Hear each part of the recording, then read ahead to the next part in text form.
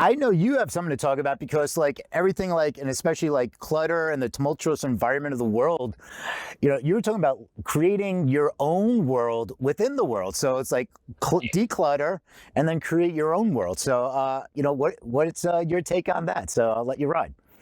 Well, I mean, sometimes and right now, our world is so tumultuous. It's crazy out there. I mean, you can hear that guy outside, right? It's totally crazy here, too. Um, and we need to remind ourselves that we actually create our own little worlds within the world.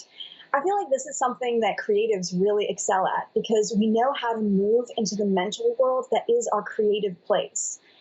In many ways, consciously creating the mindset environment that surrounds us is no different from creating a song or writing a story or even from any activity that we get so drawn into that we lose track of time. With the caveat, I'm not recommending going into the rabbit hole of the internet and losing track of time. That being said, um, I find that in times like these, when the goings on of current events can be an assault on the senses, one of the best things we can do is to just first pause and acknowledge that a lot is going on, but that it's not, at least usually, happening to us personally in the present, in the here and now. Taking this moment to notice the separation between all that's going on out in the world and what's immediately going on with us is key. Next, building from that, I like to take a moment to realize and state to myself that my mind is separate from all that, and that my mind is free to move as it chooses.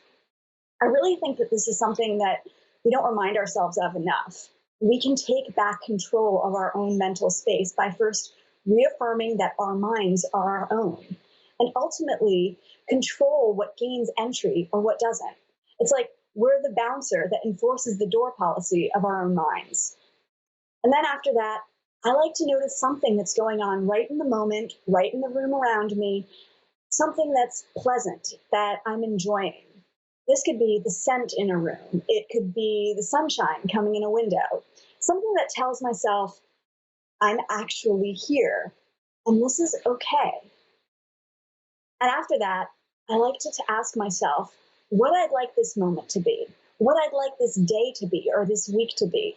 And from this place, we can redirect our thoughts and then our actions to anything that interests us. So, ultimately, we control what we focus on and what's in our minds. We create this little world within the world and the focus of our lives. So I hope you'll try this out this week.